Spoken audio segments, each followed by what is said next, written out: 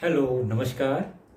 कोविड-19 के इस मुश्किल घड़ी में बच्चों, हम सभी लोग अपने घरों में रहकर कार्य करने के लिए थोड़ा मजबूर हैं। लेकिन मुंबई महानगर पालिका ने आपको घर बैठे ही पढ़ाने या यूँ कहें अध्ययन करने का एक मौका दिया है, जो कि हमारे महानगर पालिका के चैनल द्वारा आपको वीडियो के रूप में लेसन प्रसारित किया जाएगा। और उस लेसन के जो विषय हैं वो आपके स्क्रीन पर दिखाई देंगे और उसके टॉपिक भी आपको स्क्रीन पर ही दिखाई देंगे। तो चलिए शुरू करेंगे हम आज का अपना लेसन।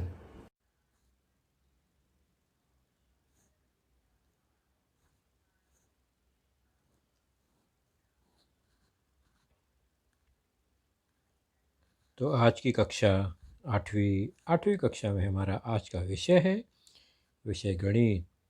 और गणित विषय में हमारा आज का जो पाठ है वह है आपके पाठ्यपुस्तक से lesson number 10 division of polynomials part 1, अर्थात बहुपदों का भाजन या बहुपदों में भाग की क्रिया, भाग पहला। और मैं हूं आपका वर्चुअल मार्गदर्शक अजय कुमार मौर्य, एमसीजीएम के वर्चुअल क्लासरूम दादर से। तो आज की हमारी चर्चा होगी पहले बहुपद का परिचय, इंट्रोडक्शन टू पॉलिनोमियल। दूसरा है बहुपद की कोटि, डिग्री ऑफ अ पॉलिनोमियल। और उसके बाद हम देखेंगे एक पदी में एक पदी से भाग, अर्थात to divide a monomial by a monomial.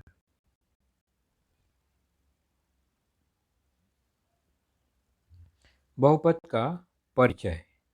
तो इसके पहले बच्चों हम लोग ने वैजिक व्यंजक देखा है, उन्हें हम अभी ध्यान से देखते हैं और उसमें बहुपद को पहचानने का प्रयास करेंगे, समझने का प्रयास करेंगे। यह व्यंजक 3x 5x स्क्वायर, 5x की घात ऋण 2, 5x वर्ग धन 3x और 5x स्क्वायर माइनस 3y, ये विविध वैजिक व्यंजक आप देख रहे हैं। इसमें हमें क्या खास बात नज़र आ रही है? तो हर व्यंजक में आप देखेंगे तो एक गुणांक है, चरांक है और फिर चरांक की घात क्या है उसको ध्यान से देखेंगे। सबसे पहला व्यंजक 3x, जिसमें 3 जो है वो गुणांक है। दूसरे व्यंजक में 5 गुणांक है, तीसरे में भी 5 गुणांक है। इसी तरह चौथे में एक पद का व्यंजक का गुणांक 5, दूसरे का धन 3 है। उसके बाद पांचवें व्यंजक में पहला पद का गुणांक 5 और दूसरे पद का गुणांक ऋण 3 है। तो व्यंजकों में गुणांक हमने देखा। इसके अलावा भी कुछ है, तो वह है कुछ अक्षर जिसे हम चर या चरांक कहते हैं। पहले व्यंजक में चरांक x, दूसरे व्यंजक में भी चरांक x, तीसरे व्यंजक में भी चरांक x है। इसी तरह अगले व्यंजक में भी चरांक x ही है। आखिरी व्यंजक में चरांक x और एक पद में चरांक y भी है। ये विविध चरांक आपको व्यंजक में दिखाई दे रहे हैं। अब देखते हैं जो चरांक है उनकी घातांक या घात कितनी है। तो पहले व्यंजक में घात दिखाई नहीं दे रहा है, वो 1 है। दूसरे व्यंजक में घात 2 है। तीसरे व्यंजक में घात ऋण 2 है। तीसरे व्यंजक की घात पहले पद का 2, दूसरे पद में 1। और आखिरी में हम देखते हैं एक चर है, उसका घात 2 और दूसरा चर है उसका घात 1 है। तो अभी हमें व्यंजकों में क्या देखा? गुणांक देखा, चरांक देखा और चरांक की घात देखा। अब हम इन सब में निरीक्षण करेंगे उन व्यंजकों को जिनमें एक ही चरांक हो और उसकी घात पूर्ण संख्या हो। पूर्ण संख्या मतलब घात 0, 1, 2, 3, 4 ऐसी संख्या हो, यानी 0 से बड़ी धनात्मक संख्या हो, 0 या 0 से बड़ी। और तो वो कौन कौन से व्यंजक आपको दिखाई दे रहे हैं? ऐसे व्यंजक को हम कहते हैं एक चरांक वाले बहुपद। तो बहुपद किसे कहेंगे?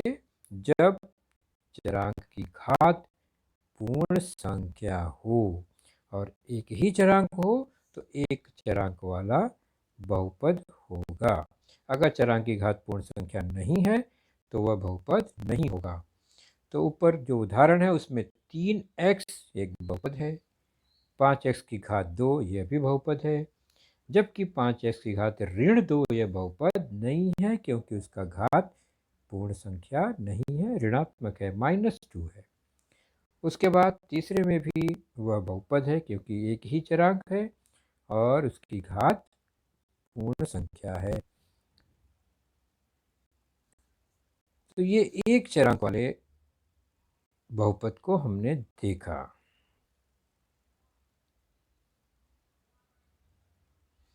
अब देखते हैं बहुपद की कोटि। हमने बहुपद में चरांकों की घात को देखा, अब हम बहुपद की कोटि देखते हैं या बहुपद का घात देखते हैं। चरांक का नहीं, बहुपद का घात। तो बहुपद का घात क्या होता है? Degree of a polynomial. उदाहरण के तौर पर हम बहुपद और चरांक की घात को पहले देखते हैं, उसके बाद हम बहुपद की घात या कोटि को पहचानेंगे। यह एक बहुपद है 3x की घात 3 ऋण 7x की घात 2, जिसमें 7x की घात 2 धन x। दूसरा है 9x की घात 3 ऋण 7x की घात 2 धन x की घात 5। तीसरा बहुपद है 5x की घात 7। अब पहले बहुपद में हम चरांकों के घात को देखें तो 3, 2 और 1 नजर आ रहे हैं। तो ये चरांक के घात हैं विविध पदों में।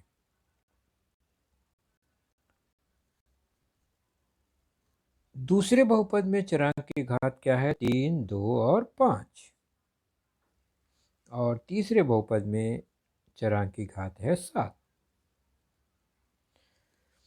अब पहले बहुपद में चरांक की घात सबसे बड़ी घात है 3।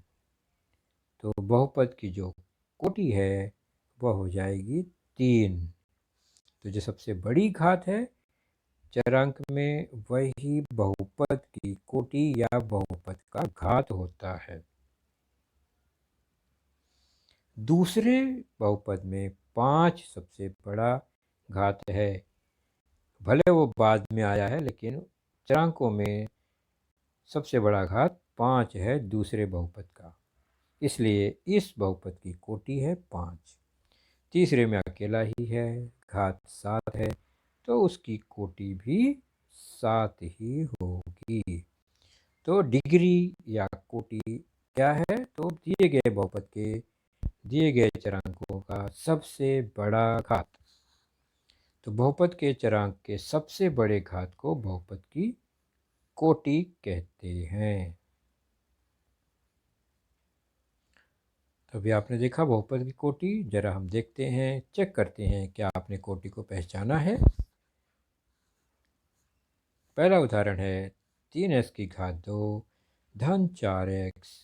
इसमें बहुपद की कोटि पहचानना है।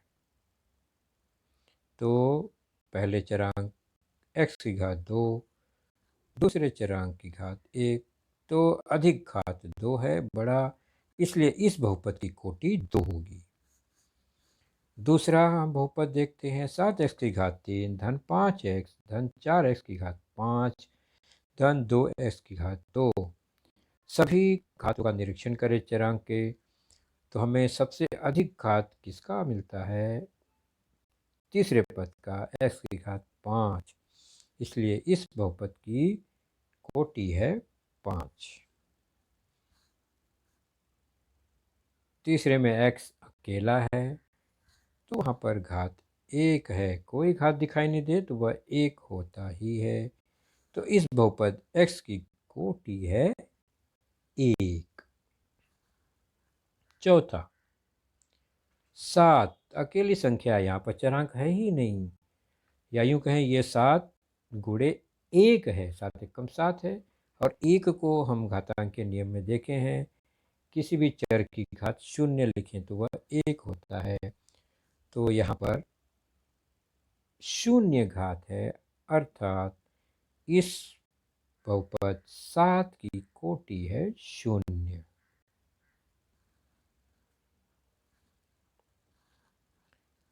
उसके बाद बहुपद के प्रकार जो कि पद की संख्या अनुसार होती है, उसे हम जान लेते हैं। बहुपद, पद की संख्या, बहुपद का प्रकार। पद की संख्या धन या ऋण से अलग की गई होती है, अर्थात दो पदों में योग की क्रिया या घटाने की क्रिया हो तो वो अलग अलग पद हो जाते हैं। जैसे कि 5x की घात 7, ये एक अकेला पद है, भले उसमें 5 भी है, x भी है, लेकिन गुणे से जुड़े हुए हैं, इसलिए वो एक पद हुआ। इसलिए इस बहुपद का नाम है एक पदी बहुपद। दूसरा है 7x की घात 2, दूसरे उसमें और एक पद है 5x की घात 7।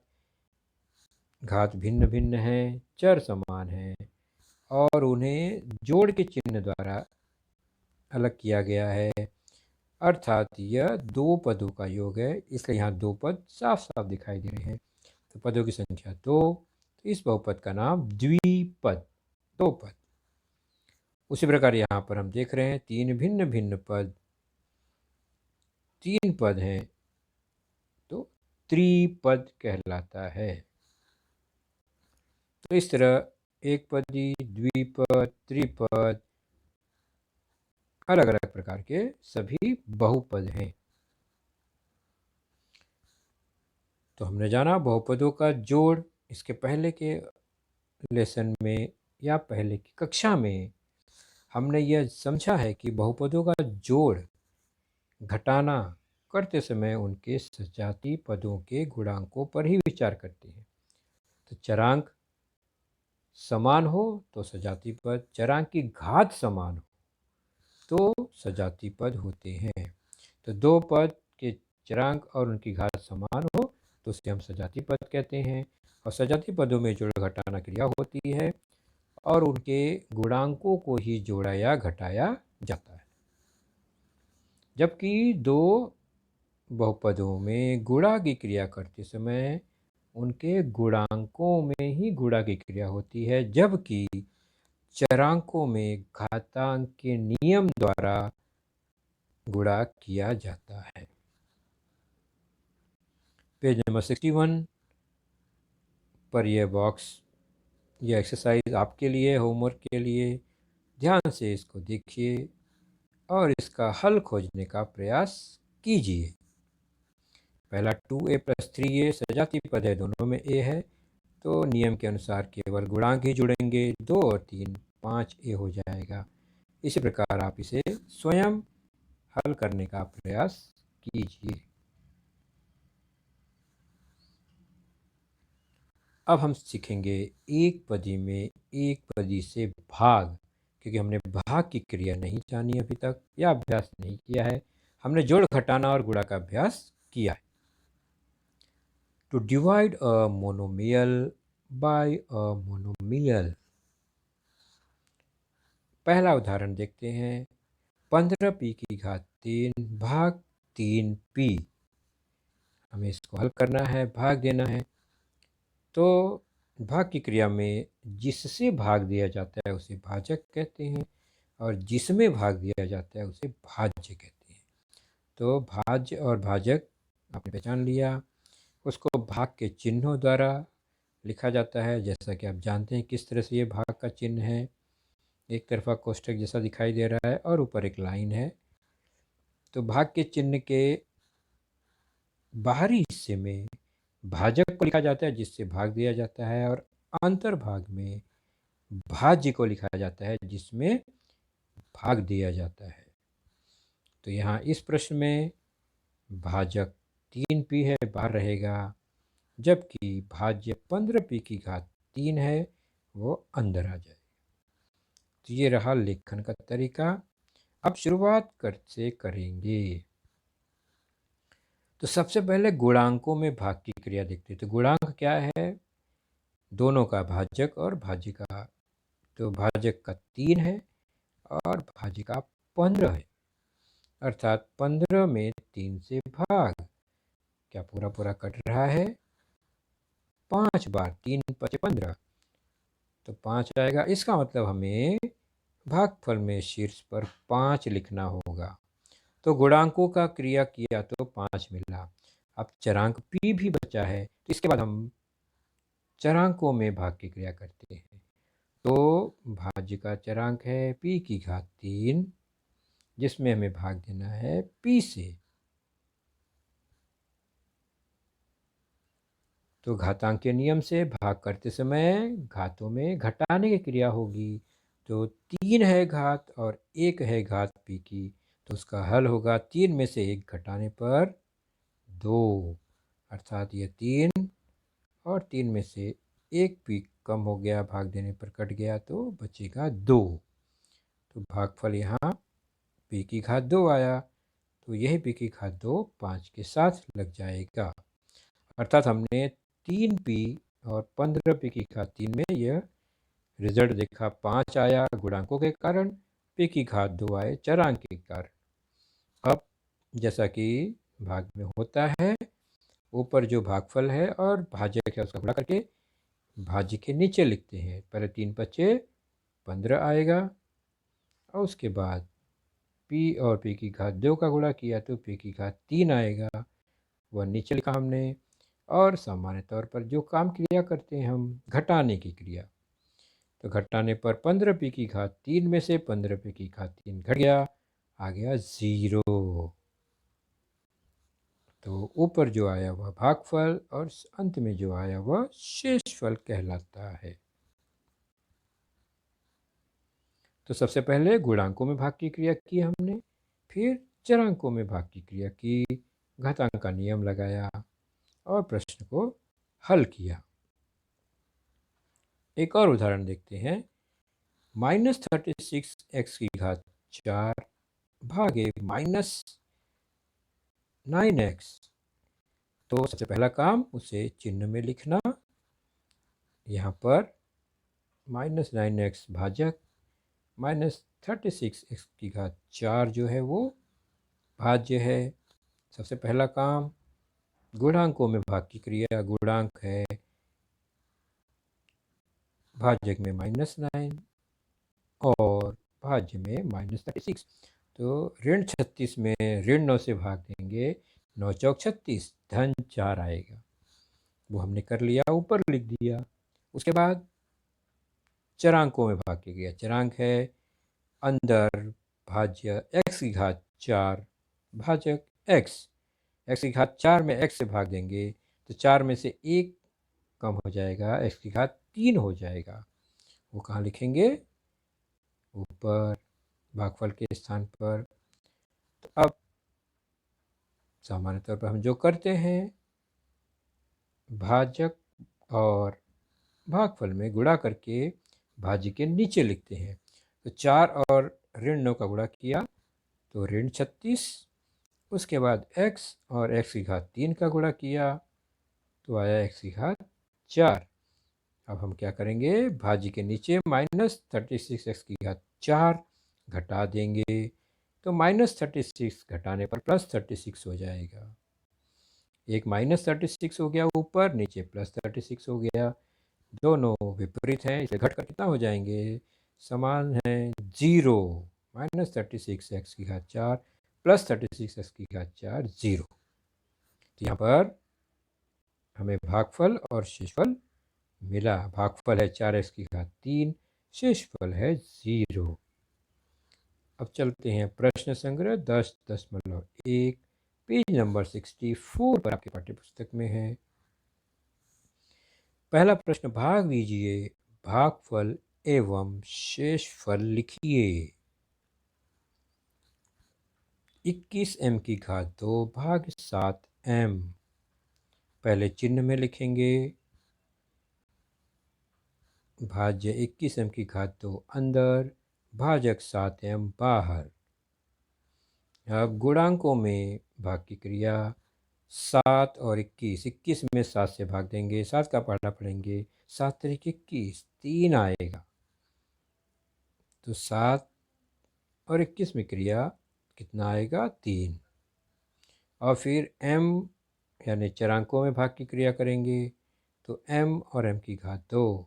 m की घात 2 में m से भाग देंगे तो 2 में से 1 m घट जाएगा, 1 m बचेगा, मतलब m की घात 1 या केवल m। वह भी लिख दिया हमने। अब क्या करेंगे? जो भी भाजक है और जो ऊपर भागफल आया उसका गुणा करके भाज्य के नीचे लिखेंगे। 7 तरीके 21 m की घात 2। अब घटा देंगे। घटाने पर देखते हैं दोनों समान पद है तो 0 आ जाएगा। इस तरह हमें यहाँ पर भागफल क्या मिला? भागफल मिला और शेषफल क्या मिला? तो भागफल है 3m, शेषफल है 0। तो इस भाग की क्रिया में भागफल 3m, शेषफल 0। अगला प्रश्न, प्रश्न क्रमांक 3 है -48p⁴ डिवाइडेड बाय -9p²। तो यहाँ पर अभी हमें भाज्य और भाजक को लिखना है चिन्ह बनाकर, और इस तरह से हम लिखते हैं। आपने समझ लिया। अब गुणांकों में क्रिया देखेंगे। -9 और -48 है। कैसे लिखेंगे? 9 के पहाड़े में 48 तो आता ही नहीं है। तो हम यहाँ पर भाग देकर संक्षिप्त देखने का प्रयास करेंगे, संक्षिप्त रूप। तो -48 में -9 से भाग देना है, बटे में लिख के काट के देखते हैं। 3 त्रिका 9, 3 एकम 3, 3 छक 18, 3 से कटा, संक्षिप्त हो गया 16/3। माइनस माइनस कट ही गया, 16/3 आया। इसका मतलब हमें ऊपर भागफल में क्या लिखना होगा? गुणांकों के भाग की क्रिया से मिला 16/3। उसके बाद चरांक की क्रिया। चरांक देख ही रहे हैं हम। चरांक क्या है? p की घात 2 भाजक में और p की घात 4 भाज्य में। p की घात 4 भागे p की घात 2, तो 4 में से 2 घट गया, p की घात 2 बचेगा, वो ऊपर भागफल में लिख दिया। तो इस तरह से ये क्रिया हुई हमारी। अब अगली क्रिया क्या है? तो भाजक और भागफल में गुणा करते हैं। तो जो कि 16/3 और -9 का गुणा करेंगे अगर, तो -48 ही आएगा। और p का वर्ग गुणा करेंगे तो p की घात 4 आएगा। उसको हमने भाज्य के नीचे लिखा। और घटाने की क्रिया करने पर -48 जो है प्लस हो जाएगा। दोनों समान पद दिखाई दे रहे हैं, चिन्ह अलग है।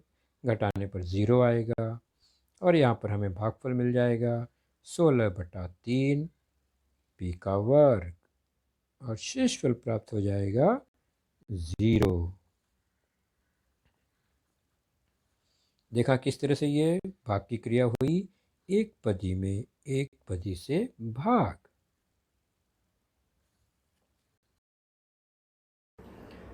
तो बच्चों, आपने देखा आज का लेसन, उसके प्रमुख मुद्दों को ध्यान से बार बार दोबारा देखकर समझने का प्रयास कीजिए, क्योंकि एक बार देखने पर किसी को भी वो पूरा मुद्दा समझ में नहीं आता। तो जैसे ही हम 2 बार 3 बार देखेंगे तो हमें वह समझ में आने लगेगा। और इसके आगे की जानकारी जो होगी बच्चों, वह निश्चित ही हमारे अगले वीडियो में होगी। तो उस वीडियो को देखने के लिए, उसकी सूचना प्राप्त करने के लिए जो नीचे सब्सक्राइब का बटन होता है उसे ज़रूर प्रेस कीजिए और नोटिफिकेशन ऑन रखिए, ताकि जैसे ही हमारा लेसन चैनल पर डाला जाएगा आपको वह तुरंत प्राप्त होगा। तो अपना ख्याल रखिए, सुरक्षित रहिए। Thank you.